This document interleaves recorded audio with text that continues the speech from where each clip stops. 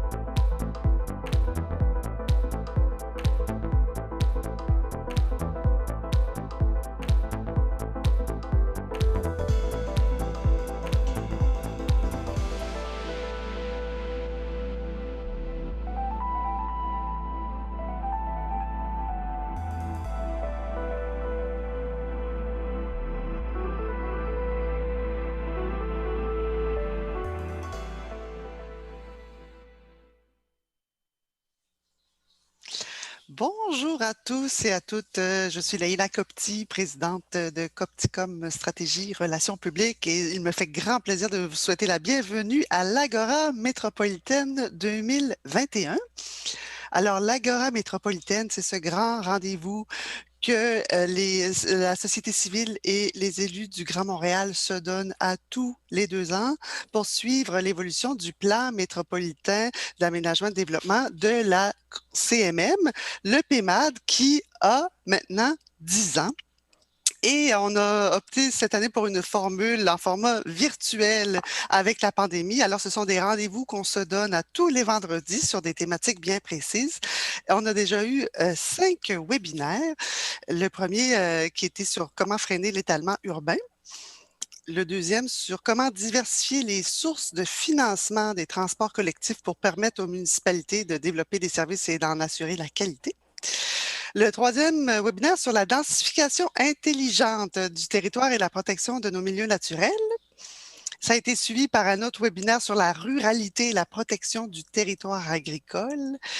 Et le dernier qu'on a fait, c'était sur la transition écologique et la résilience du Grand Montréal.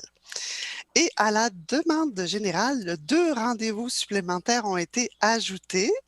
Et aujourd'hui, on aborde une question qui n'était pas prévue, mais qui est vraiment revenue à de multiples reprises dans les échanges précédents. Faut-il revoir les limites territoriales de la CMM et les divisions administratives au sein de la CMM? Et pour mettre la table sur cette question qui est assez complexe, on écoute la vidéo préparée par la CMM. La communauté métropolitaine de Montréal, c'est d'abord un territoire de près de 4400 km². Sylvain, est-ce qu'on peut entendre le son? Sur ce territoire, où vivent plus de 4 millions de personnes, soit presque la moitié de la population du Québec, on retrouve 82 municipalités de tailles différentes. Il y a bien sûr la métropole, qui compte près de 2 millions d'habitants. On recense également 3 municipalités de 100 000 habitants et plus, 33 municipalités avec moins de 10 000 personnes de population, 19 municipalités rurales, 2 agglomérations, des arrondissements, bref, une grande variété de municipalités et de milieux de vie. Ces 82 municipalités de la CMM sont elles-mêmes regroupées à l'échelle régionale au sein de 14 MRC et agglomérations, dont 6 sont en partie seulement incluses dans le territoire de la CMM, soit les MRC de Deux-Montagnes, de Vaudreuil-Soulanges, de Beauharnois-Salaberry, de Rouville, de la vallée du Richelieu et de l'Assomption. La région métropolitaine est également divisée en 5 secteurs géographiques: Montréal, Laval, Longueuil, la Couronne Nord et la Couronne Sud. L'importance démographique de ces secteurs se reflète au sein des instances décisionnelles de la CMM. Le Grand Montréal recoupe en même temps 5 régions administratives, dont 3 sont en partie comprises sur le territoire de la CMM, soit les régions de Lanaudière, des Laurentides et de la Montérégie. Évidemment, La juxtaposition de ces différentes frontières administratives, qui ne coïncident pas toujours parfaitement, rend parfois difficile la coordination des interventions publiques à l'échelle métropolitaine. À cela s'ajoute la question de la zone d'influence métropolitaine qui va, année après année, en s'agrandissant. Aujourd'hui, au pourtour de la CMM, dans la zone périmétropolitaine, on retrouve 133 municipalités et près de 800 000 habitants qui, théoriquement, selon le critère du navettage domicile-travail, seraient qualifiés pour faire partie de la CMM. Évidemment, une révision des limites administratives actuelles impliquerait d'importants changements législatifs. Les instances décisionnelles visées devraient revoir leur gouvernance et leurs outils de planification, un processus qui pourrait s'étendre sur plusieurs années. Mais en même temps, le moment n'est-il pas venu pour une révision des limites territoriales de la CMM inchangées depuis 20 ans? Le sujet mérite certainement un webinaire. Bonne journée. Alors, après 20 ans, doit-on revoir les limites territoriales et les divisions administratives au sein de la CMM? En ce qui concerne les limites territoriales, tout récemment, la CMM a cherché à trancher sur la question en vertu de l'article 270 de la loi sur la CMM. La communauté peut en effet statuer sur l'opportunité de modifier son territoire pour tenir compte des résultats du recensement de Statistique Canada qui est mené à tous les 5 ans. Et dans le dernier rapport qui a été déposé en janvier 2020, la CMM a écarté cette option de revoir les limites territoriales en expliquant que la révision des limites, c'est un exercice qui nécessite d'importants changements législatifs qui impliqueraient une transformation des municipalités régionales de comté. Les instances visées devraient alors revoir toute leur gouvernance et leurs outils de planification. Et ce type d'exercice mobilise généralement beaucoup de ressources et peut prendre plusieurs années avant que les MRC qui sont transformés soient opérationnels et exercent de façon optimale leur rôle de planificateur.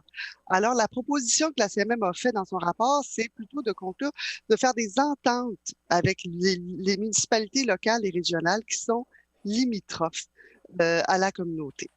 Et ces ententes devraient normalement, notamment porter sur l'accès et les services de transport collectif ainsi que sur l'aménagement du territoire et permettre ainsi de contribuer à l'atteinte des objectifs du PEMAD. On se rappelle un objectif important qui est celui de hausser la part modale du transport collectif à 35 d'ici 2031. C'est une part qui stagne à 25-26 depuis plusieurs années. Et non seulement on stagne dans l'utilisation des transports collectifs, mais aussi depuis 10 ans, les coûts de la congestion dans la région ont doublé pour atteindre 4,2 milliards en 2019. Et au cœur de toute cette problématique-là, c'est le financement des transports collectifs. Il y a plusieurs municipalités qui sont limitrophes, qui bénéficient des services, mais qui ne paient pas pour les services. Une autre problématique qu'on a notée, c'est que depuis 10 ans, à la CMM, il y a une densification qui s'est faite dans les périmètres d'urbanisation qui a permis d'optimiser le territoire disponible au développement et de protéger les terres agricoles, entre autres, au prix de beaucoup d'efforts, de beaucoup d'investissements et de concertation des 82 municipalités. Mais ces résultats pourraient être annulés si les municipalités et les MRC qui sont tout autour de la CMM ne se mettent pas elles aussi, l'épaule à la roue pour limiter l'étalement urbain et nous aider à l'atteinte des objectifs. D'où cette proposition de faire des ententes avec les municipalités du pourtour. Mais est-ce suffisant? On va se poser la question. En ce qui concerne les limites administratives, les divisions administratives au sein de la CMM, ça soulève énormément d'enjeux aussi. On a d'abord 6 MRC qui chevauchent le territoire de la CMM. Ça pose d'importants défis de coordination aux élus de ces territoires qui sont partiellement compris dans la communauté. Pour les couronnes nord, pour les couronnes sud, il y a des tables qui ont été créées, mais semble-t-il que ce n'est pas suffisant. Et du côté sud, on on a aussi la situation de l'agglomération de Longueuil, qui constitue un des 5 grands secteurs de la CMM, mais qui est toujours orpheline d'une région administrative, alors que c'est une des plus grandes villes du Québec. Alors, contrairement à Laval, Montréal, qui ont à la fois le statut de ville et de région administrative. Donc, la révision des limites territoriales et des divisions administratives après 20 ans doivent-elles finalement être considérées? Avant de vous présenter les panélistes, je vous précise qu'on va vous poser des questions tout au long du webinaire et que vous allez les voir apparaître à l'écran. On vous invite à y répondre en temps réel. On va tenter de commenter les résultats au fur et à mesure. Et pour les voir, vous n'avez qu'à quitter le mode plein écran sur votre ordinateur. Et la première question qu'on vous pose: laquelle des solutions suivantes vous semble la plus porteuse pour contrer l'étalement urbain au pourtour de la CMM? Est-ce que A, de revoir les limites de la CMM ou d'établir des ententes aménagement-transport avec les municipalités du pourtour? Alors, sans plus tarder, je vous présente nos conférenciers d'aujourd'hui. Alors, Monsieur Guy Pilon, qui est maire de Vaudreuil-Soulanges, membre du conseil de la CMM et membre de la commission de transport de la CMM. Bonjour. Excusez, maire de Vaudreuil-Dorion. Oui, maire de Vaudreuil-Dorion. C'est correct. Vous voyez, on parle du mélange, c'est exactement ça. C'est bon. Madame Sylvie Parent, mairesse de Longueuil, vice-présidente du comité exécutif de la CMM, membre du conseil et membre du comité consultatif agricole de la CMM. Bonjour. Madame Chantal Deschamps, mairesse de Repentigny, membre du comité exécutif et du conseil de la CMM. Bonjour. Et nous devions avoir avec nous Monsieur Patrick Melchior, qui est maire de Farnham et préfet de la MRC de Brome-Missisquoi, qui n'est pas dans la CMM, mais qui traverse un processus similaire à toutes les questions qu'on se pose aujourd'hui. Mais malheureusement, Monsieur Melchior est pris avec vraiment un incendie majeur, paraît-il, dans sa région et qu'il éteint littéralement des feux ce matin. Alors, on se reprendra avec lui une autre fois. Sans plus tarder, Madame Deschamps, je vais commencer avec vous. Vous étiez présente au moment de la création de la CMM il y a 20 ans. Vous avez co-présidé toute la démarche du PEMAD. Vous avez constaté l'évolution depuis 10 ans de toute cette concertation au niveau de la CMM. Mais pourquoi aujourd'hui on aborde cette question des limites territoriales? Il faudrait ouvrir le micro par contre. Bon, alors, pour moi, c'est ouvert. Voilà. Ça fonctionne. Oui. Ah, bon, merci. Bon, pourtant, on s'est pratiqué tantôt. Alors, d'abord, mes salutations distinguées à Madame l'animatrice, Leila, mes collègues Guy et Sylvie, avec qui dans le fond, on partage cette belle expérience métropolitaine en siégeant à la CMM. Écoutez, moi, de fait, comme vous l'avez dit, j'ai été témoin de la mise en place de la CMM, même au début, je veux dire, dans ses balbutiements. Puis j'ai eu le plaisir de présider les consultations, en fait, de co-présider les consultations publiques qui ont mené à l'adoption du PEMAD, qui a été un document phare et de référence. Pourquoi? Parce que dans le fond, ça encadre et ça donne un modus operandi quant à l'aménagement du territoire en matière d'environnement, bien sûr, de développement durable, mais aussi de transport et du développement culturel, qui est le 4e élément.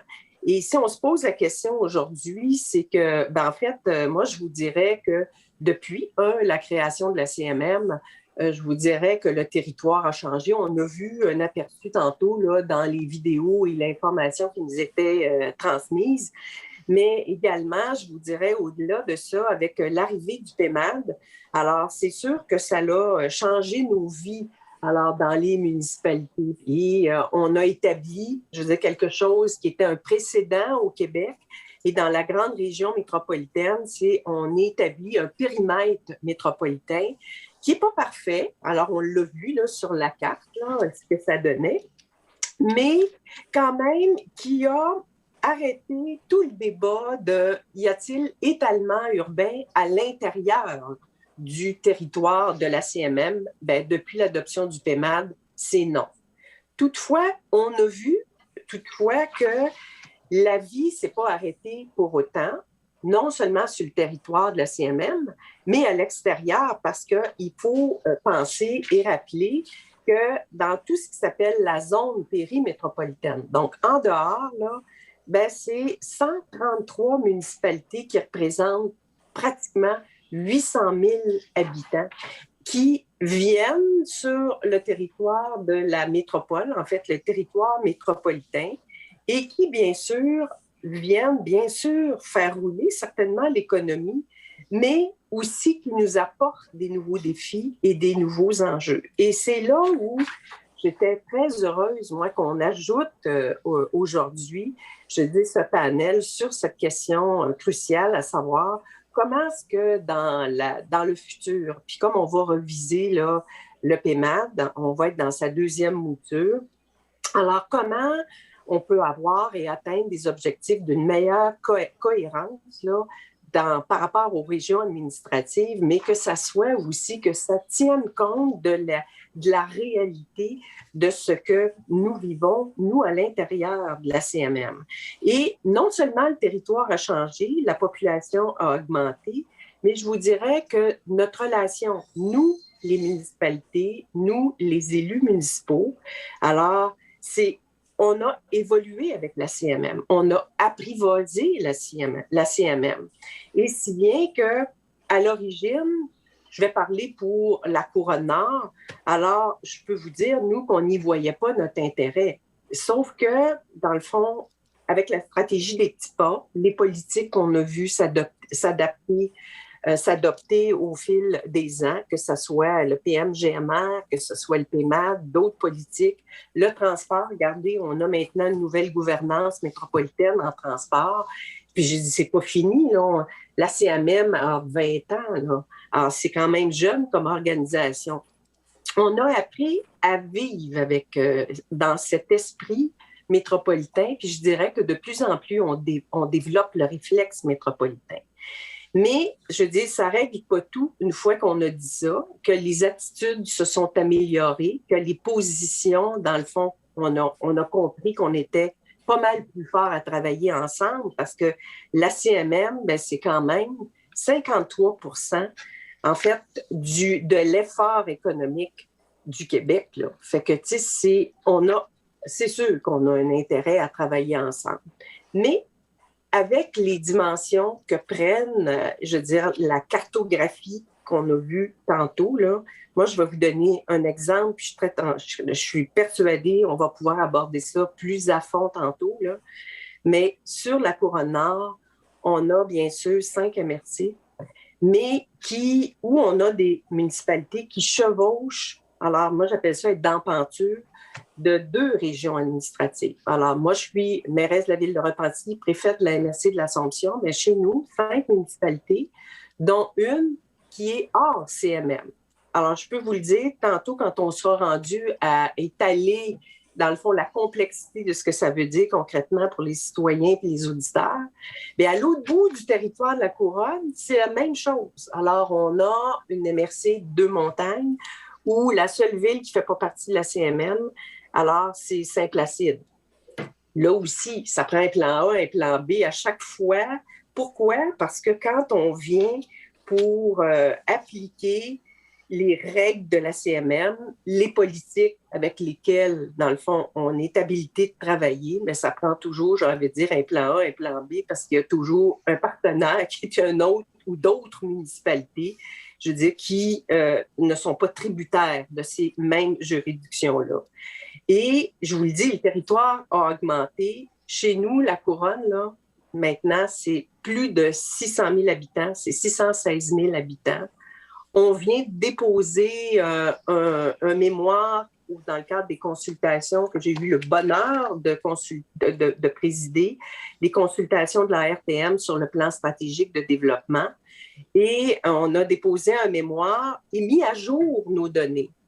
Tantôt, je vais vous en parler. Je vous le dis, c'est tellement compliqué quand on veut départager qu'est-ce qui nous appartient, Couronne Nord, par rapport aux régions administratives que sont Laurentides, Lanaudière, qui viennent noyer et je dirais pas banaliser, mais diluer nos enjeux métropolitains. Et ça, à un moment donné, il faut trouver une solution à cela.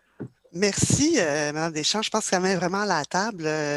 Puis je comprends qu'on va aller plus en détail pour vraiment comprendre toute la complexité que ça demande. Madame Parent, de votre côté, on a parlé de Longueuil, qui est vraiment reconnu à part entière à travers toutes les instances de la CMM. Vous êtes d'ailleurs vice-présidente du conseil, mais ce n'est pas du tout le cas à l'échelle des gouvernements supérieurs. Pourquoi Longueuil n'est pas une région administrative comme Laval ou comme Montréal? Je pense que cette demande-là, elle a duré dans le temps depuis au moins 10 ans, en fait, depuis probablement le début des fusions et des fusions. Longueuil et l'agglomération, on représente à peu près le tiers de la Montérégie. Vous l'avez effleuré tout à l'heure, au sein de la CMM, il y a deux des 5 secteurs qui ont leur propre titre de région administrative qui a été octroyé par le gouvernement. Donc, on parle de Montréal-Laval, ce qui vient simplifier très certainement sur leur territoire respectif toute la gouvernance et tous les enjeux de financement, les programmes d'aide, que ce soit le Fonds des régions et tout ça. Ceci étant dit, cette demande-là, elle a été faite, elle n'a pas été entendue, mais ce que ça vient faire, et tous ceux qui connaissent un peu la situation de Longueuil, c'est la ville-centre de l'agglomération de Longueuil, dont je suis la fiduciaire. D'ailleurs, je représente cette agglomération-là à la CMM et à la RTM. L'autre réalité que j'ai, c'est que c'est une agglomération qui a vécu la diffusion, donc 5 villes qui sont liées pour le service des incendies, le service de la police, le traitement des eaux usées et évidemment l'offre en eau potable. Ensuite, ce qui est un peu particulier aussi, c'est que Longueuil fait partie de cette grande région administrative qui est la Montérégie. 1,5 million, plus ou moins d'habitants. On en a à peu près le tiers, à peu de choses près. Ce qui fait que ça aussi, c'est un autre palier où est-ce qu'on doit encore négocier. Parce que ce que ça fait quand on n'a pas notre propre région administrative, ce que ça fait, c'est que là, il faut négocier avec les partenaires du territoire pour être capable de tirer son épingle du jeu, dans le fond. C'est de faire valoir la réalité d'une grande ville comme Longueuil est, avec ses besoins. Je donne, par exemple, en logement social ou en habitation subventionnée. Tout ça fait qu'on n'arrive pas nécessairement à faire valoir correctement nos besoins, les besoins de nos citoyens, parce que c'est de ça dont il est question en bout de ligne. À chaque fois qu'on a à débattre, dans le fond, de comment faire en sorte que la ville-centre qu'on est ait sa juste part.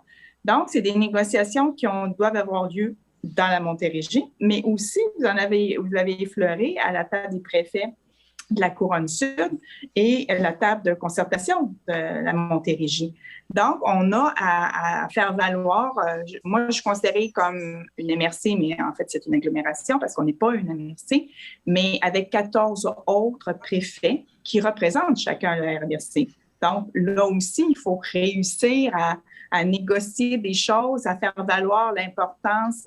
Puis ils réalisent et ils le disent que c'est important que Longueuil soit là parce que c'est le moteur économique, parce que c'est la grande ville, parce que c'est là où est-ce que, bon, dans le fond, ils sont contents que Longueuil soit à leur côté. Donc, ce que j'ai le goût de dire, c'est, bon, votre question initiale, c'est pourquoi? Parce que ça n'a pas été reconnu comme étant une nécessité de par le gouvernement, les gouvernements qui se sont succédés. Mais je pense qu'il faut reconnaître, il faut que d'une quelconque façon, disons-le comme ça, que Longueuil et son agglomération soient mieux définis pour avoir sa juste part. Je pense que c'est ça qui fait en sorte qu'on reste un peu sur notre faim et que, dans le fond, on a l'impression d'être un peu moins omniprésent je dirais, dans plusieurs secteurs d'activité, mais en même temps, c'est parce que je dois partager toutes les sommes octroyées par le gouvernement dans la grande Montérégie. C'est ça que les gens ne comprennent pas toujours, cette réalité-là. Et ça fait partie du quotidien, que ce soit en culture, que ce soit en fonds de rayonnement des régions, que ce soit en économie. On est comme un peu noyé dans cette grande Montérégie. Est-ce que c'est la meilleure solution? Je ne le sais pas. Mais moi, je pense que le statu quo ne peut pas rester. Définitivement pas. Merci, merci. Donc, on commence déjà à voir aussi toute la complexité que ça représente au quotidien. Monsieur Pilon, d'abord, merci d'être avec nous ce matin parce que avec l'urgence que vous avez à gérer avec la fermeture du pont de l'île aux Tourtes, alors c'est très apprécié que vous preniez le temps avec nous. Vous êtes membre de la commission de transport de la CMM. Votre MRC, Vaudreuil-Soulanges, dont la moitié des municipalités sont dans la CMM, l'autre moitié est à l'extérieur. Vous avez réussi à fonctionner pendant 10 ans avec le PEMAD. Est-ce que vous y croyez à la proposition de créer des ententes entre les municipalités limitrophes, que ce soit pour le financement des transports en commun ou pour la protection du territoire? Est-ce que c'est cette avenue-là que la CMM a mis de l'avant dans son rapport? C'est quelque chose qui semble porteur selon vous? Oui, bien, premièrement, je suis honoré d'être avec deux grandes dames de la politique du Québec. Donc, mesdames, merci. Juste pour faire un petit portrait, la MRC Vaudreuil-Soulanges, c'est 850 km². Ça part des limites juste à l'extérieur de Montréal et ça va jusqu'aux frontières ontariennes. Okay, c'est 160 000 de population, mais il y en a 120 000 qui sont dans la CMM et 40 000 hors CMM. Comme vous l'avez dit, c'est 12 villes hors CMM, 11 villes CMM et en plus, je représente la municipalité de Beauharnois à la CMM parce que Beauharnois, ça quand je l'ai appris, j'ai été surpris, mais Beauharnois est la seule ville de la MRC Beauharnois-Salaberry qui est dans la CMM parmi les 7 municipalités. Donc là aussi, il y a une aberration quelque part, mais peu importe. Ce que vous dites là, est-ce qu'on devrait avoir des ententes? On en a déjà des ententes, ça nous en prend absolument. OK? Ça, on n'a pas le choix, on fonctionne avec, ne serait-ce qu'avec l'Office régional d'habitation, ne serait-ce qu'avec Vaudreuil et Soulanges, on a quand même des bonnes ententes avec les écocentres et avec ça. Là où il y a la complexité, on va en parler plus tard, c'est vraiment question de vision. Je vais vous donner un exemple. Là. Dans les villes de la CMM, donc Vaudreuil-Dorion, mais Vaudreuil-Dorion a autant de population que Soulanges au complet, là, à peu près à quelques milliers près, quelques centaines près.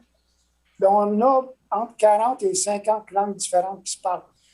On a aussi une ville comme Saint-Lazare, les villes de Perrault, qui sont aussi différentes. On a des réalités différentes, alors que quand on est dans Soulanges, la majorité des gens sont canadiens, français ou anglais, peu importe, mais c'est différent.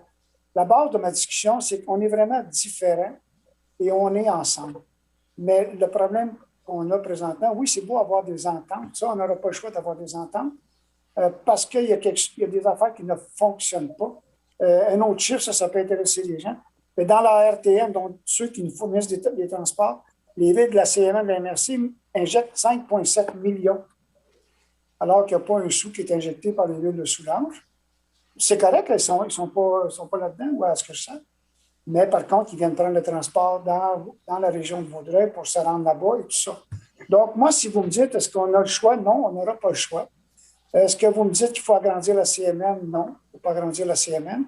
Il faudrait commencer simplement par s'assurer que les villes de la CMM sont heureuses d'être dans la CMM et qu'ils peuvent travailler ensemble dans une certaine harmonie. Et les villes qui sont à l'extérieur de la CMM, en tout cas dans celles que je connais, ne veulent pas joindre la CMM à cause des restrictions et un peu de tout. Et l'autre affaire, vous l'avez dit, tout le monde l'a dit, on a des restrictions dans la CMM, on ne peut pas se développer comme on veut, mais juste à l'extérieur de la frontière, CMM, ACMM. Puis ça, il n'y a pas besoin de vous rappeler ce qui s'est passé dans le comté de Montcalm. Les gens peuvent se développer, ils ne sont pas restés. Et c'est ça qui nous frustre un peu. Donc, est-ce qu'on devrait avoir une entité CMM ou un MRC CMM et une ACMM composée de 12 et 11 villes? Peut-être. Peut-être que c'est la solution. Mais une chose est certaine, c'est qu'à ce moment-là, les villes qui sont avec les mêmes intérêts seraient regroupées et on pourrait discuter franchement de certains dossiers sans avoir à... Je donne l'exemple de la Couronne-Sud. Là. Le préfet qui est de Rivière-Baudette, siège de la Couronne-Sud, on parle beaucoup de transport, puis on dit, il faudrait que le CMM paye un peu plus, ça n'a pas d'allure. Puis bon, on est tout le temps comme entre deux sièges, si on veut, entre deux sièges. Donc, oui, je suis pour qu'on revoie certaines limites, mais ça ne se limitera pas à la CMM. Tantôt, je parlerai des limites politiques, provinciales et fédérales qui fait que dans vos restaurants, on perd complètement notre latin là-dedans parce que c'est incompréhensible comment ça fonctionne. Bien, justement, j'ai le goût de vous interpeller là-dessus, M. Pilon, parce que c'est ça. Donc, les ententes, elles sont en cours en ce moment. Je comprends que tout n'est pas négocié. Il y a des utilisateurs qui viennent bénéficier des services qui ne contribuent pas. Donc, il y a des pourparlers en ce moment avec les municipalités tout autour. Mais d'après votre lecture, si on se penche vraiment sur la Couronne Sud, c'est quoi les municipalités qui devraient faire partie de la CMM pour assurer cette cohérence-là et cette équité dans les services? Bien, écoutez, moi, je ne pense pas qu'il y a d'autres municipalités qui devraient faire partie de la CMM. Il faut commencer par régler nos problèmes à la CMM. Là, je ne veux pas parler de toutes sortes de choses. On parlera du PMAP peut-être un peu plus tard. Mais il faut que la CMM ou le PMAP soit beaucoup plus souple pour satisfaire les villes qui sont là. Parce que les villes qui nous regardent, là, qui sont juste à côté, là, ils ne veulent pas faire partie de la CMM parce qu'ils s'aperçoivent de tous les empêchements qu'on a. Ne serait-ce, je vais vous donner un exemple, boucler un réseau d'aqueduc. Ça, c'est niaiseux, là, c'est niaiseux. Mais c'est toutes sortes de choses qui ne devraient pas être discutées à une table de CMM et qui devraient demeurer locales. Et tant qu'on n'aura pas réglé nos problèmes à l'interne, qu'est-ce qui est régional, national, municipal, il n'y a personne qui veut se joindre à la CMM. En tout cas, moi, je parle pour notre côté à nous, vos restaurants, je suis parti. Je ne pense pas qu'il y en a d'autres non plus à l'extérieur qui veulent se joindre non plus. Puis, je vais vous donner un exemple. Le plus gros exemple qu'on a dans le coin, mais Salaberry-Bellefille, qui est quand même une ville de presque 50 000 populations, n'est pas dans la CMM. Alors que chaque bar, Beauharnois, vous l'avez dit tantôt, puis vos restaurants, on est dans la CMM. Donc, il y a encore des choses qui ne fonctionnent pas. Je pense qu'il faut vraiment discuter, s'assurer que ça soit attrayant pour les villes d'être dans la CMM avant de vouloir obliger quoi que ce soit. Merci, M. Pilon. On a vu toute cette concertation des 10 dernières années qui a été faite justement, que Mme Deschamps nous a fait valoir tout à l'heure. Donc, le réflexe métropolitain, comme on disait. Mme Parent, vous vouliez intervenir là-dessus? En fait, ce qui a mis beaucoup en lumière, ce sont certains événements qui se sont passés dans les dernières années. Bon, M. Pilon a parlé là, dans la MRC de Montcalm, mais aussi tout l'impact financier du transport collectif avec l'arrivée du REM. Je pense que ça, c'est venu mettre en lumière une problématique qui, jusqu'à maintenant, ça s'arrangeait assez bien. Mais là, les villes qui font partie de la CMM ont une facture qui s'en vient là. Alors, pour un projet porteur de transport collectif structurant, et on y a tous adhéré. Ceci étant dit, là, on voit qu'il y a des villes qui sont à l'extérieur qui vont bénéficier de ce service-là, mais qui n'en payent pas la facture. Alors, c'est comme là on s'est dit, wow, OK, il y a quelque chose là qui commence à être un peu plus dérangeant parce que c'est beaucoup d'argent. Tu sais, c'est vraiment, c'est pas rien qu'est-ce qui s'en vient pour les villes qui reçoivent là, les stations du REM. Mais en même temps, c'est un projet qui était tellement attendu dans la grande région métropolitaine qu'on ne peut pas dire non à ça. On est content. Mais là, c'est comme si on se dit, ouais, mais là, il y a des usagers qui vont venir en dehors du pourtour et que là, fait que moi, je pense que ça peut être comme un doux mélange de dire, ben, il faut qu'il y ait des négociations. Vous en avez parlé avec le PERI pour dire, bon, ben là, il y a peut-être une participation financière qui devra être faite. Mais en même temps, c'est comme si eux ne voient pas l'avantage de faire partie de la CMM. Ils ne voient que les inconvénients. Mais quand on utilise les services qui sont à l'intérieur de la CMM, c'est quand même un avantage drôlement important pour quelqu'un qui croit au transport en commun puis qui veut l'utiliser. C'est comme une espèce de doux mélange de dire, ben Qu'est-ce qui est la meilleure formule? Je ne pense pas que moi, je l'ai ce matin à vous proposer, mais je sais qu'il va y avoir de grandes discussions qui vont devoir avoir lieu parce que le statu quo, je pense qu'il va être difficile à maintenir sur une longue période. Oui. Madame Parent, Madame Deschamps là-dessus? Oh oui, mais en fait, je trouve ça vraiment intéressant parce que l'opportunité que nous offre là, la revision du PEMAD avec une vision 50 ans, alors, et qui va s'entamer, là, je suis persuadée à la suite du bilan qu'on fait là, du PEMAD, là, alors 10 ans du PEMAD, c'est que ça nous amène à se poser la question comment les 5 secteurs de la CMM, que sont en fait la ville de Longueuil, Laval, Montréal, les 2 couronnes, nord et sud, là, comment est-ce qu'on peut être véritablement des partenaires et jouer, dans le fond, pleinement notre rôle, à la fois sur le plan du développement économique durable, à la fois sur le plan de la mobilité durable, donc avec la venue de la nouvelle gouvernance là, en transport. Ça aussi, là, j'ai dit, c'est en filigrane, mais si on n'avait pas développé ce réflexe métropolitain, on n'en serait pas là. On en serait encore, en tout cas, je vais parler pour les couronnes, avec nos petits CIT, puis on travaillerait vraiment en silo, ce qui n'est pas l'affaire à faire. Et en matière d'environnement, en matière de culture, on a des choses à optimiser en matière de culture. Et comment voulez-vous qu'on le fasse au moment où on se parle, quand le territoire, dans la façon dont il est structuré, n'est pas cohérent? Puis, je ne pense pas que la solution, puis je suis de l'avis là, de mes collègues, ça soit de redécouper le territoire. Même si dans nos MRC, c'est un peu difficile, moi, je pense qu'il faut qu'on trouve d'autres avenues, à moins que ces villes-là ou municipalités soient partantes pour se rendre, dans le fond, pour se joindre à la CMM. Mais encore, faut-il qu'il y ait quelque chose d'attrayant pour la CMM. Et moi, je dirais qu'on est mieux peut-être de regarder des avenues comme des ententes. Puis on parle depuis tantôt là, de la MRC de Montcalm. Bien ça, c'est pour situer les gens qui nous écoutent. C'est sur la Couronne Nord, ça fait partie là, dans la zone périmétropolitaine. Là. Et ça, on l'a vu, ça aussi, ça a changé. Hein? On pourrait bien dire là, techniquement là, que nous, dans les orientations gouvernementales, il y a des orientations qui étaient censées nous préserver de l'étalement urbain, mais dans la réalité, c'est pas ça qui s'est produit. Alors, ce qui s'est produit, c'est qu'on a vu apparaître des villes qui sont des municipalités qui étaient peut-être l'ampleur de petits villages et qui sont devenues de véritables villes avec des caractères puis des attraits vraiment de densification, alors, et d'offres de services qui sont qualifiés pour être dans un espace métropolitain. Mais si je vous dis quelque chose de tout à fait absurde, des fois c'est comme ça qu'on comprend le mieux, dans le fond, mettons qu'on partirait en se disant oh, il faut revoir les périmètres puis l'agrandir. Moi, je vais vous le dire, on va être rendu tantôt à Trois-Rivières. C'est pas ça la solution. Mais moi, c'est pour ça, pensons à des ententes où des villes qui se sont développées et probablement qui avaient le droit de le faire. Là. Ils ont eu toutes les autorisations.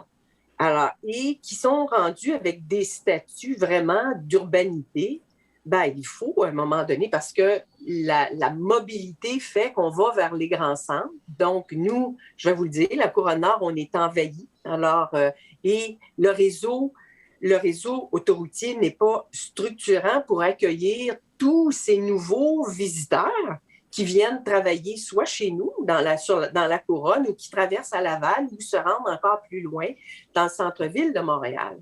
Alors, il faut regarder, par exemple, il y a un bel exemple sur la Couronne Nord. Alors, nous, on a 20 municipalités qui font partie de la Couronne Nord, et plus une entente avec une grande ville qui est Saint-Jérôme, qui a voulu à l'époque rester en dehors de la CMM, mais qui, quand même, pour le transport, a décidé de se joindre, c'est ça. De se joindre à nous.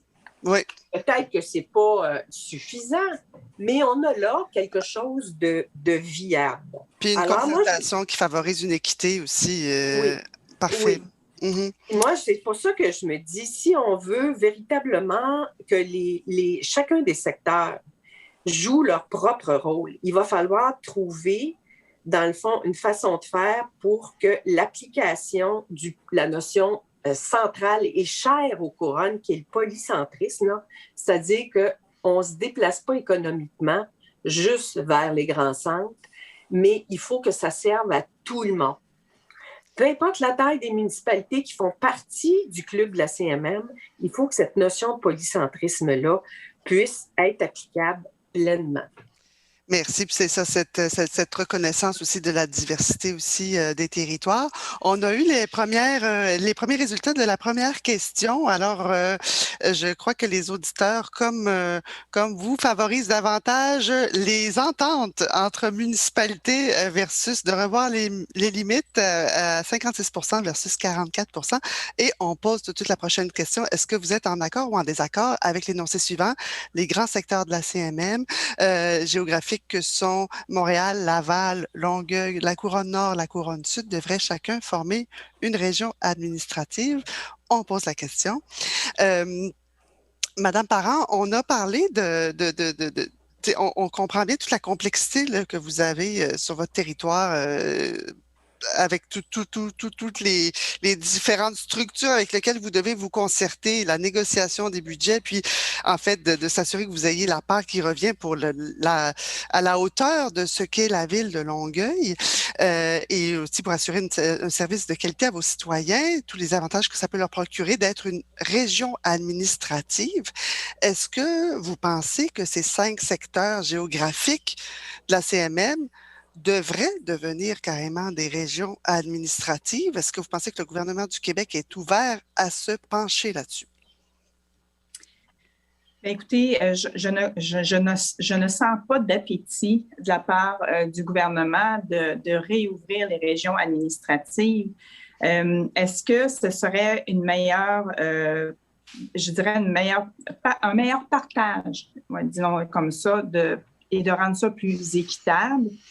Je ne sais pas si c'est ça la solution idéale, mais moi, je l'ai dit d'entrée de jeu, c'est comme s'il y a une espèce il y a un effet à ça de ne pas être reconnu comme une région administrative. Puis l'effet, il n'est pas positif. Pour une grande ville comme Longueuil, rappelons-le, on est quand même la 5e plus grande ville au Québec. On est une grande agglomération. C'est là que nous, on est perdants dans le sens au niveau économique, au niveau du financement. Est-ce que on essaie, moi, ce que j'ai fait depuis mon arrivée, bon, vous savez, je suis élue depuis 12 ans, je suis à la mairie depuis 4 ans. J'ai fait le pari de m'asseoir à la table avec les préfets de la Couronne Sud et de faire le pari de pouvoir travailler d'une voix forte. Mais au bout du compte, on y est arrivé, on est capable de se parler adéquatement, mais c'est le financement qui ne fonctionne pas. Alors, est-ce que c'est de créer de nouvelles régions administratives ou que les sommes d'argent octroyées soient différentes? Est-ce qu'on ne peut pas être un peu créatif? Au-delà des structures, est-ce qu'on ne pourrait pas envisager une nouvelle répartition des sommes qui pourraient être partagées à l'intérieur, je vous dis n'importe quoi, des 14 MRC et de l'agglomération de Longueuil en Montérégie? Il y a certainement des scénarios qui pourraient être envisagés et qui feraient une différence. Mais c'est parce que ce débat-là, même si nous, on a tenté à Longueuil de faire des représentations depuis près de 10 ans pour justement être reconnus et on n'a pas eu d'écoute. Alors, est-ce que c'est la solution? Je ne sais pas. Est-ce que c'est la meilleure solution? Je ne pense pas que le gouvernement va aller là. Mais je pense qu'il y a quelque chose qu'il faut qu'il soit regardé, qu'il soit vraiment analysé, mais de façon vraiment constructive, mais aussi réaliste. La Montérégie, c'est 1,5 million d'habitants. Je pense qu'il y a quelque chose là. On n'est pas petit, là. Puis l'agglomération de Longueuil, je l'ai dit, c'est le tiers de cette population-là. Je pense qu'il y a une reconnaissance qu'il faut qu'il soit faite en tout cas, de mon côté, là, il manque quelque chose, évidemment, pour la population représentée. On sent bien à travers vos interventions que c'est de la gouvernance, c'est complexe et puis il y a Oui. pas grand monde qui ont envie de se pencher là-dedans, sauf que où est-ce qu'on est rendu aujourd'hui? Il y a des discussions qu'on ne pourra pas éviter, même si on veut rester dans l'action et servir au quotidien nos citoyens. Là, il y a des choses qu'on doit reconnaître aujourd'hui qui sont au bout, c'est ça, au bout du système, on pourrait dire, avec des inéquités aussi qui apparaissent de plus en plus flagrantes. Donc, peut-être Si que vous me permettez, oui. J'ajouterais juste peut-être un petit enjeu qui, pour nous, est une réalité aussi. On est à quelques coups de rame de la ville de Montréal, qui est la métropole. Et ça, parfois, c'est pas toujours non plus facile. Des fois, c'est positif, des fois, ça ne l'est pas. Mais ça a aussi un effet sur la réalité, puis que parfois, on est comme peu entendu. Je pense entre autres à l'itinérance, au logement social, où est-ce qu'on doit faire des représentations à chaque mois ou à chaque 6 mois pour dire, écoutez, on a un enjeu, nous aussi, et on a besoin de financement. Fait que, ça a aussi cet effet-là qui, parfois, est positif, puis parfois, nous complique un peu la vie aussi, là. Surtout quand vient le temps de faire des représentations auprès des gouvernements supérieurs. Oui. C'est effectivement... Madame Deschamps, vous vouliez intervenir là-dessus? Ah oui, absolument, parce que ce que dit ma collègue de Longueuil, là, moi, je vous dis, je l'entends beaucoup sur la Couronne Nord. Puis, en fait, moi, je vous dirais, ça fait 24 ans que je suis à la mairie de Repentigny.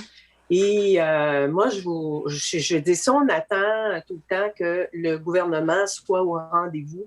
Ben, je pense qu'on risque d'attendre longtemps. Alors moi, je vous dirais qu'un éléphant, ben, ça se mange bouchée par bouchée.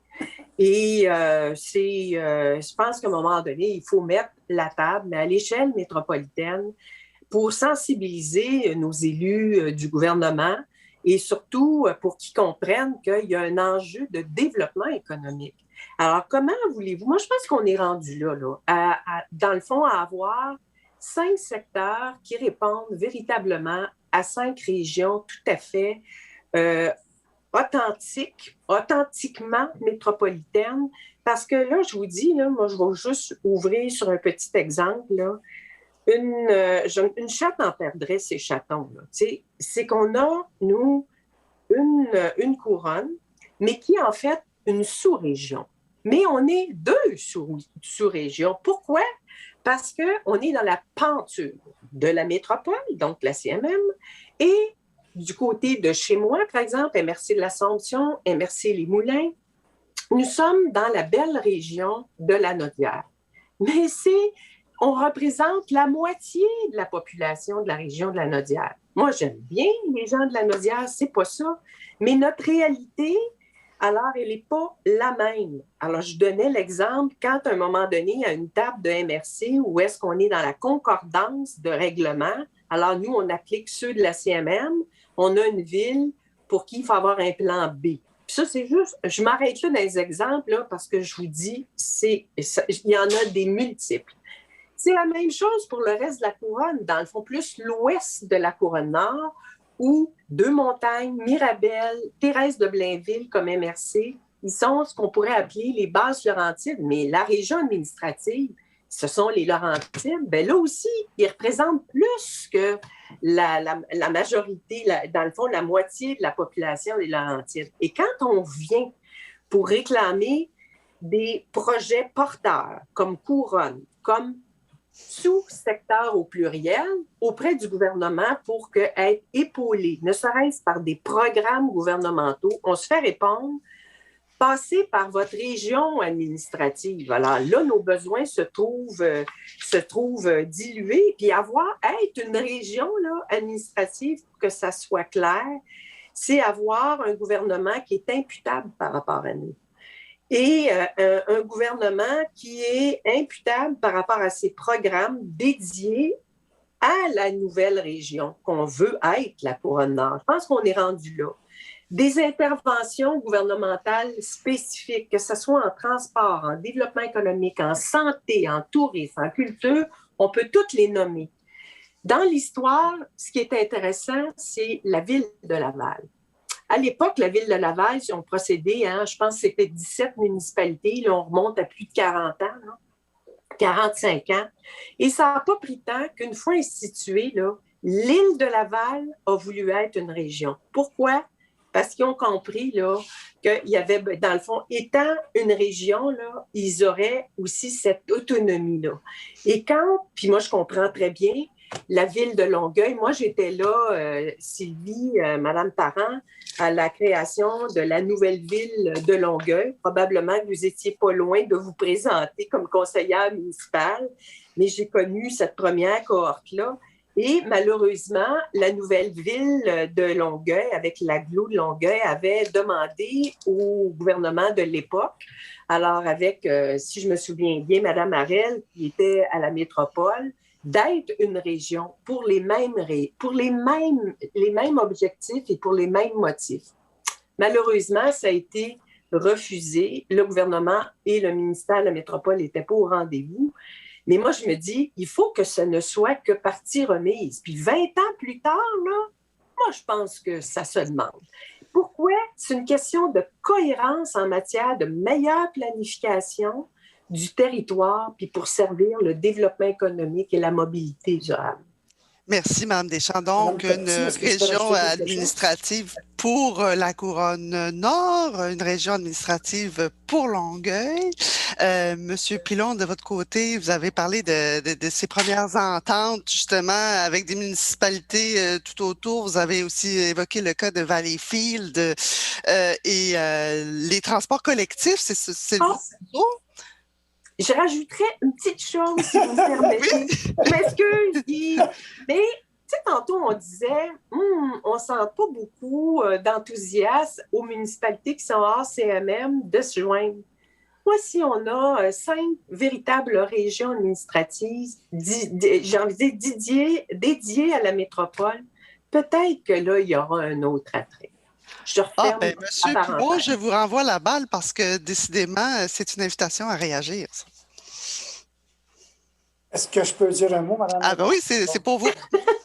Voyez-vous, tantôt, est-ce qu'on a intérêt d'être dans CMM? Avec ce qu'on vient de vivre, la COVID, là, on n'a aucun intérêt. Il n'y a pas de ville qui va être dans CMM parce que quand on a bloqué, quand le ministère de la Santé a décidé quelles étaient les régions qui étaient dans le rouge à faire en même, toute la CMM a embarqué dedans sans aucune distinction. Alors que je vais vous donner l'exemple de Vaudreuil-Soulanges. Les gens de Vaudreuil-Soulanges Vaudreuil était dans la CMM, ils étaient bloqués. Les gens à la Magasinée à côté, il y avait les fils qui n'étaient pas bloqués. Les gens étaient juste à le côté à Saint-Zotier qui n'étaient pas bloqués. Donc, c'est pour ça que, en plus de, peu importe, là, il n'y a pas grande ville qui vont voir dire, même moi, j'avais fait une sortie en disant, écoutez-moi bien, là, arrêtez, c'est facile de dire on bloque la CMM, c'est 50 de la population. Bon, on n'a vraiment pas les mêmes entités. Et peut-être qu'avec des régions administratives, ça a été plus facile pour la santé publique d'y aller par région, mais il n'y a pas une ville. Il n'y a pas une ville qui est hors CMM qui, pendant la pandémie, aurait voulu être dans le CMM parce qu'il n'y avait pas de distinction entre, je vais vous donner un exemple, là, entre une ville de 132 de population que j'ai sur mon territoire et 1,2 million qui est à Montréal, ou quoi, 90 000 maintenant, 95 000, Mme Repentigny, puis Longueuil, c'est 400 000. Donc, c'est ça qui est le problème.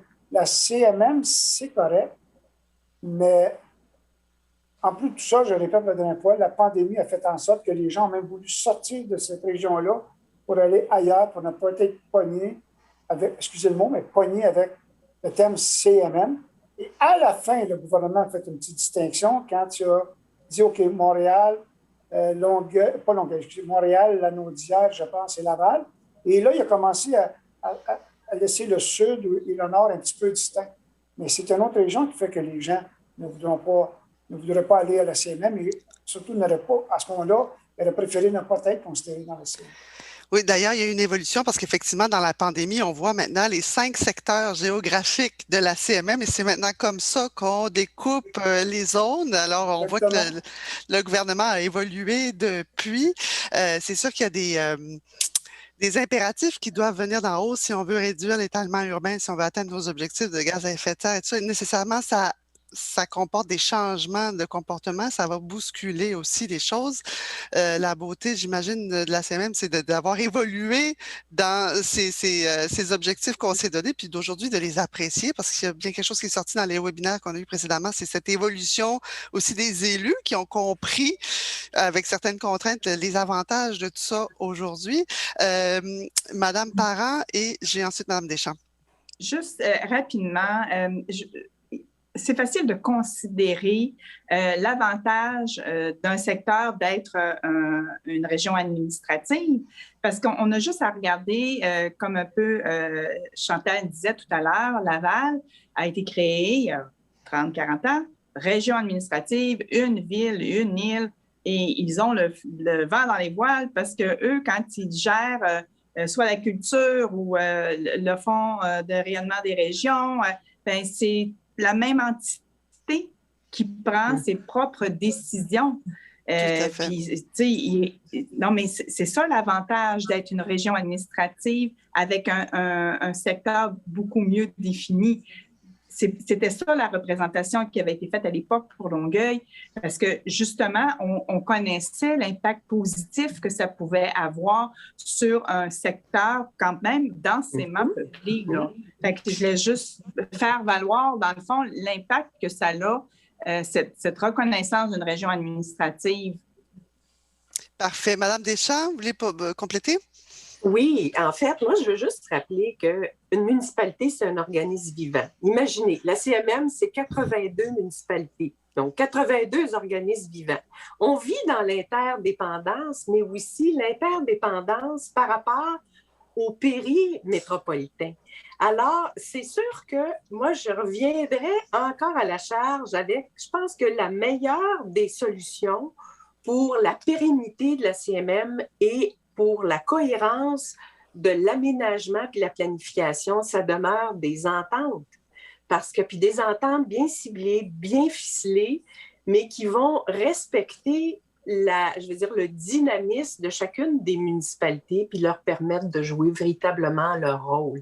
Et idéalement, la couronne sud, puis comme la couronne nord, là, mais je ne peux pas me prononcer pour la couronne sud, mais la couronne nord que je connais mieux, là, c'est 616 000 habitants. Et nous, là, dans la courbe de croissance, là, on est vraiment en pleine, on est en plein essor. Alors, on n'a pas terminé, là. Alors, c'est sûr qu'il va falloir faire quelque chose. On est, en termes de démographie, le deuxième secteur après Montréal. Tu sais, c'est qu'à un moment donné, puis sur le plan économique, la même chose. Il y a une création, une explosion d'emplois. C'est un beau problème, mais à un moment donné, on ne peut pas être des sous-régions.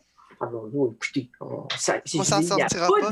Il n'y a pas d'issue favorable là-dedans. Vous venez de mettre la table sur un processus qui se passe à l'échelle du Québec à l'heure actuelle. Donc, on parle au-delà des régions, des limites qu'on souhaite peut-être agrandir, toute la complexité de cette gouvernance que ça peut amener. On fait tout ça, évidemment, pour mieux servir la population et puis assurer une cohérence de nos actions puis d'avoir une vision commune.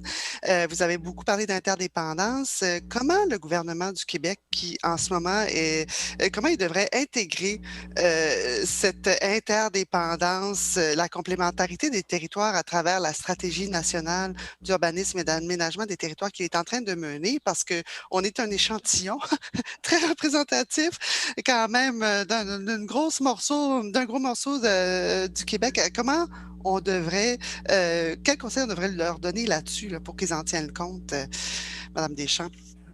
Bien, en fait, moi, je pense qu'il faut, là, on parle, nous, c'est sûr qu'on a un enjeu vraiment particulier, la couronne. Je le répète, on est dans la penture. Hein? Alors, ça veut dire que toutes les MRC et municipalités en périphérie, là, il faut vraiment revoir, que le gouvernement puisse revoir les règles pour que ça s'harmonise encore mieux avec la planification de la CMM. Parce que comme c'est là, juste l'autre bord de la mince frontière, là, l'autre bord de la penture, si vous me permettez l'image. Alors, c'est dès qu'il y a une zone blanche, là, ben, en fait, le développement peut s'installer là. Et nous, là, je peux vous dire, c'est mortel pour des territoires comme le mien, où la MRC de l'Assomption a atteint sa maturité territoriale, c'est-à-dire On a, nous, 70 de notre territoire qui est en zone agricole. C'est précieux pour nous. D'ailleurs, on a des projets novateurs pour faire en sorte d'en faire la valorisation. Mais juste l'autre côté, là, puis je nommais pas de municipalité parce qu'on est des voisins, puis on le reste à vie, puis on est dans l'interdépendance. Mais il y a des entreprises qui quittent mon territoire et qui s'en vont juste l'autre côté parce que c'est moins cher de taxes, parce qu'ils n'ont pas les mêmes exigences, les mêmes obligations. La liste est longue comme ça, là. Et ça, si ça ne s'appelle pas de l'étalement urbain, même si c'est en zone blanche, mais il faut réfléchir tout le monde ensemble, pas se mettre à se jalouser puis partir une autre guerre, un autre débat, dans le fond, qui est infertile pour tout ce qui s'appelle service aux citoyens. Mais il faut qu'on regarde ça avec une vision d'ensemble pas mal plus cohérent. J'ai ce mot-là là, en bouche. La cohérence. Absolument. C'est revenu d'ailleurs, je pense que c'est un des mots-clés qui est revenu le plus souvent dans tous nos webinaires. Écoutez, on a reçu les réponses de la deuxième question qu'on a posée. Alors, êtes-vous en accord ou en désaccord avec l'énoncé suivant?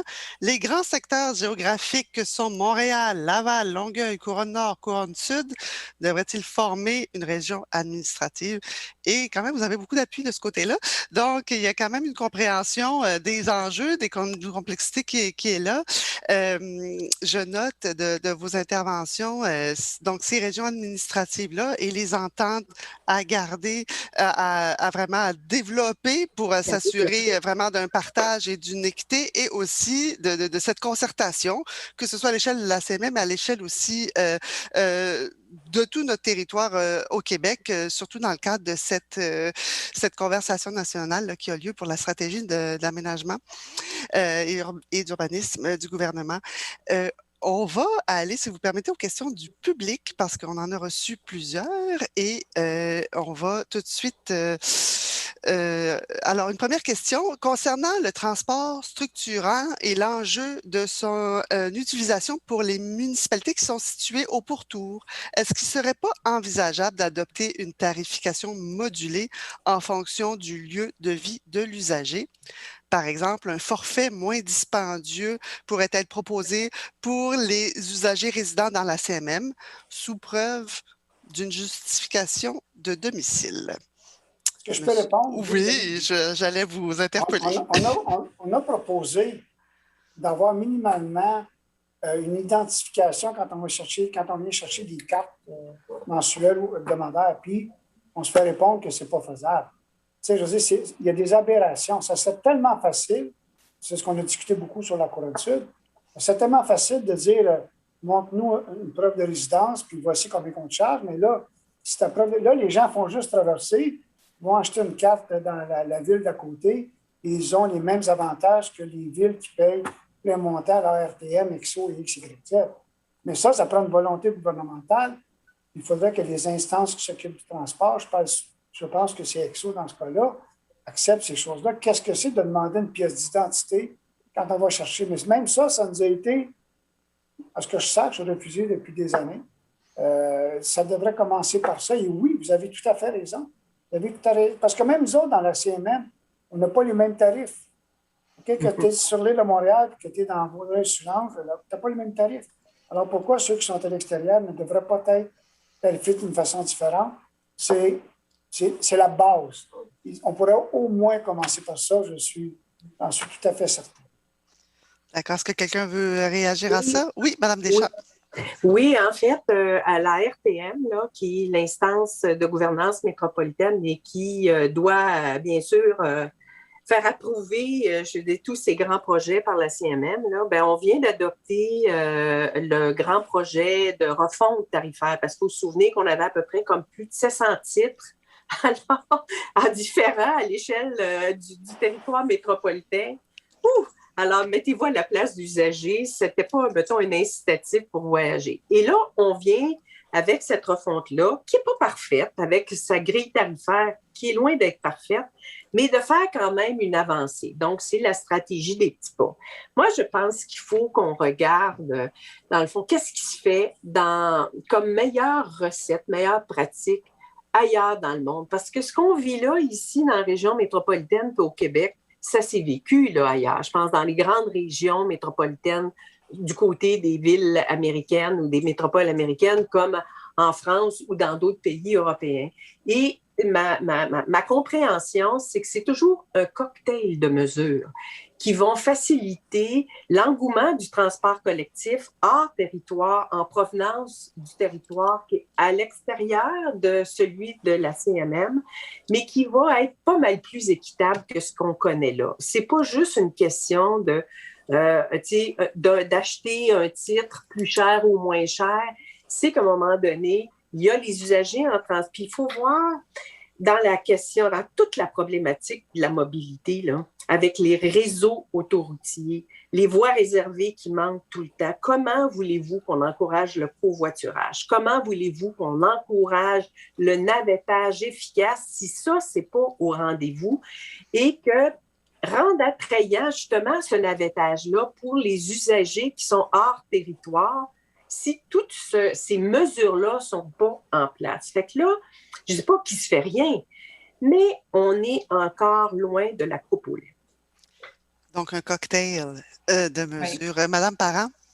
Bien, en fait, si on veut rejoindre aussi les objectifs de mobilité durable du gouvernement, il faut le considérer, cette option-là, de faire payer ceux qui sont dans le péri-CMM comme comment je dirais ça, une contribution.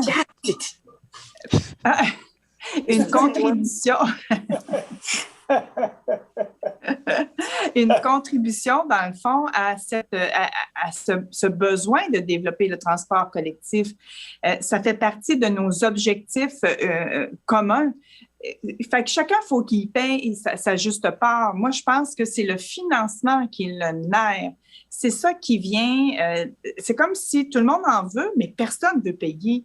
Bien, c'est pas réaliste, ça. C'est comme, faut arrêter ça, là. Cette vision-là de la gratuité puis que ça tombe du ciel, là, ça n'existe pas, ça, là. Fait que, beurre et l'argent du beurre, finalement. Ben oui, tu sais, on veut utiliser le transport collectif structurant qui est dans le territoire de la CMM, mais on veut pas payer. Ça marche pas, là. Je pense qu'on a tous et toute une responsabilité en termes de développer le transport collectif. Il faut qu'au niveau de l'environnement, ça percole aussi cet enjeu-là. Au niveau des gaz à effet de serre, il faut que ce message-là passe encore plus que ce qui passe présentement. Merci. C'est ça, ça nous ramène à des grandes priorités de société. Oui. Qu'on n'a pas le choix, auquel on n'a pas le choix de s'attaquer. On a une dernière question, et là, j'ai hâte de voir vos réponses. Plutôt que d'ajouter une région administrative, ne serait-il pas préférable de tout regrouper et d'avoir une seule région administrative pour la CMM? Ah, moi, je vais répondre à ça. Oui. Ça, c'est comme la culture. Il y a un caractère identitaire là-dedans. Puis moi, je pense que la beauté de la CMM, c'est sa diversité. Et justement, tantôt, je vous disais qu'une municipalité, là, c'est un organisme vivant. Ben, en fait, chaque entité, il faut qu'elle y trouve son compte. Et c'est pas une solution de venir noyer tout le monde. On n'est pas rendu là. Peut-être que dans 20 ans, on pourra se dire « on est rendu là », mais au moment où on se parle, je pense qu'il faut qu'on mette à profit la notion de polycentrisme et donc la diversité qu'offre notre territoire, que ce soit dans l'offre de logement, l'offre du développement économique et de l'emploi. Et je pourrais décliner comme ça tous les créneaux qui sont de la juridiction de la CMM. Merci, Mme Deschamps. Madame Parent, pour le mot de la fin. J'ajouterais aussi, juste en Montérégie, on a des agriculteurs, on a des grands donneurs d'emplois, des multinationales, on a des pôles de travail incroyables, on a de tout. Alors, de tout regrouper ça dans un même... Je ne crois pas que ce soit la solution parce que je rejoins Chantal là-dedans. Il faut aussi reconnaître qu'il y a des particularités. L'important, là, c'est justement de bien les reconnaître, de bien les définir. Merci infiniment pour ces échanges très francs avec toutes ces Je peux dire un questions. petit mot? Oui, M. Pilon, je vous écoute. Parce que là, Allez-y. je sais que c'est pas grave. Ma réponse est bien simple, c'est no way. OK, tantôt, Mme Deschamps parlait de manger un éléphant en petits morceaux. Il y a des bouts de l'éléphant que j'aimerais pas manger. Ce que je veux dire, c'est qu'on a le même problème un petit peu, puis ça, c'est personnel avec le PMAD. Le PMAD, c'est quelque chose de partout, OK, puis qui n'a pas été trop modulé, puis qui fait en sorte que, je répétais tantôt, on a des villes de 130 de population, 1000, on en a de 300 000, 400 000, 100 000. Donc, je suis tout à fait d'accord avec mes consoeurs. Il n'est pas question, mais il n'est pas question jamais qu'on fasse une région avec ça. C'est déjà problématique. Et j'aime bien les termes que Mme Parent utilisait. On a nos identités. Et là, tout le monde ça ensemble, ça ne marchera pas. Fait que, en tout cas, c'est ce que je pense, mais je suis en accord complètement avec mes consoeurs. Déjà de reconnaître cette diversité sur le territoire avec toutes les difficultés déjà qu'on a d'avoir les interventions nécessaires au niveau des gouvernements supérieurs. Donc, je comprends que la coupe est déjà pleine. Ouais. Donc, je retiens donc ces ententes. C'est vraiment la décision de la CMM en janvier 2020 de développer des ententes avec nos voisins. C'est vraiment la chose à pousser. Ça commence. Donc, on va avoir de l'espoir là-dessus. Les régions administratives par secteur à considérer, probablement couronne nord, couronne sud. Si je peux juste vous dire un petit mot, si vous offrez aux villes de participer ou d'être fusionnés à la CMM, inquiétez-vous pas, ils vont tout payer dans le pot. Là. OK? Ils ne vont pas être fusionnés à la CMM. Ça, je suis certain de ça. Bon, un mot d'espoir pour continuer.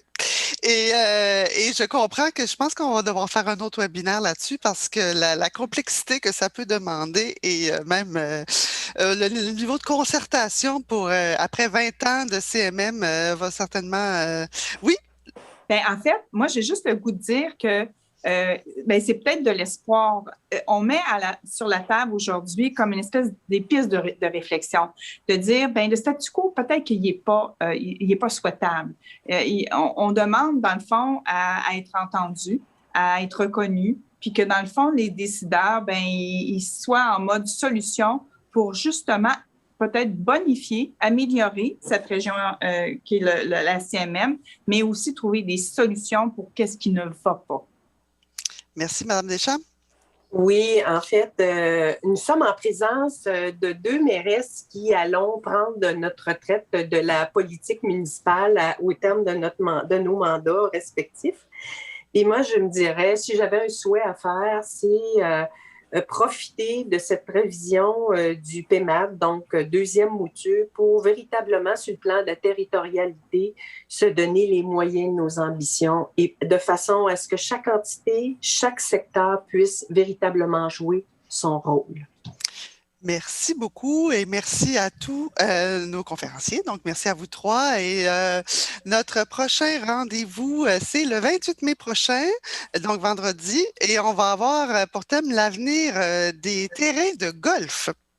Alors, ça va être le dernier rendez-vous dans le cadre de l'Agora 2021. On va aborder vraiment la question de la requalification de tous ces espaces verts qui sont dédiés à la pratique du golf et ça va être la même formule qu'aujourd'hui avec des élus qui vont apporter leur éclairage sur la thématique et on va avoir la chance d'avoir avec nous la mairesse de Belleuil, Madame Diane Lavoie, le maire de Candiac, Monsieur Normand Diotte, le maire de Terrebonne, Monsieur Marc-André Plante, et le maire de Mascouche, M. Guillaume Tremblay. Et pour assister au webinaire, vous n'avez qu'à aller vous inscrire sur le site de l'Agora. C'est gratuit. Vous êtes vraiment les bienvenus en grand nombre. Et ils sont aussi en rediffusion sur le site web si vous n'avez pas pu assister au précédent rendez-vous. Alors, au nom de la CMM, je vous remercie infiniment pour l'heure qu'on a passée ensemble aujourd'hui et au plaisir. Merci beaucoup. Merci beaucoup. C'était un plaisir.